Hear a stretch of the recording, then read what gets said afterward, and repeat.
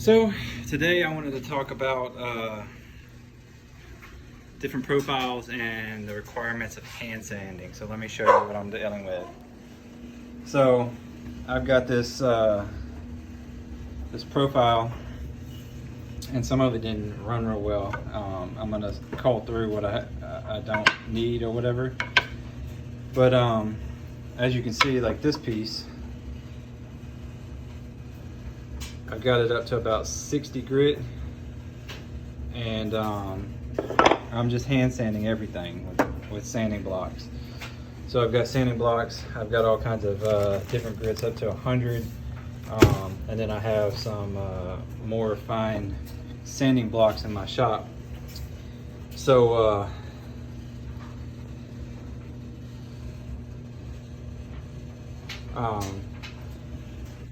anyways, it's very important to learn the necessity of hand sanding, and sometimes you just got to take your time and deal with the time constraints that you have to put out the highest quality of product.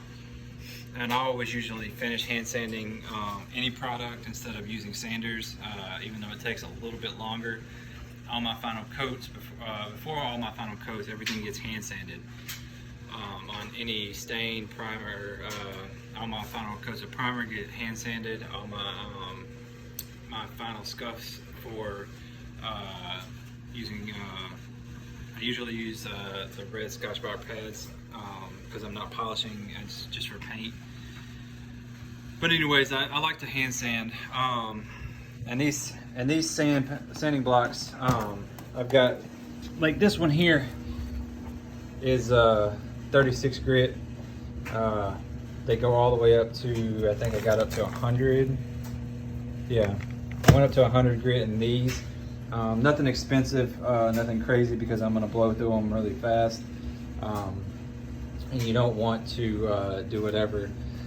The other thing about this is the reason I'm hand sanding all this is because, as you can see, the profile is not something you want to put a sander on, because it'll flatten out some of these ridges and these high spots, and you don't want a big flat spot here, especially considering these are going to be mitered cabinet doors and drawer fronts. But this is just part of my stock that I've run. The rest of it's at my shop.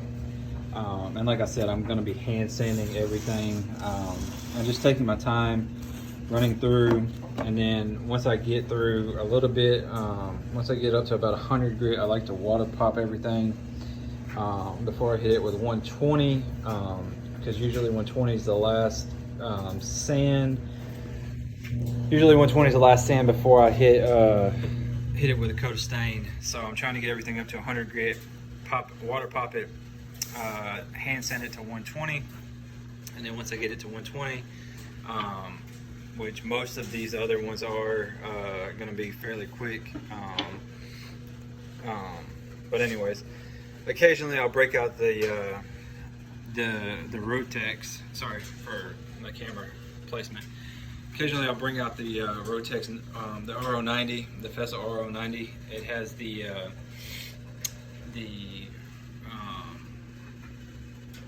attachment that I need to get into some of these grooves without giving me flat marks, and I will show that in another video, probably on Sunday, when I get to sanding some of these longer boards to get some of this some of these runs and stuff out of it, with how it came out. But if you look, these looked a lot, these, you see how clean they are?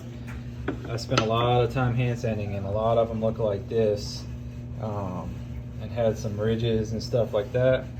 But that's the definition of taking your time, going through the grits. Right now I'm going through 60, I'm going through 36 and 60, I think. Then I'll run through 80 and 100.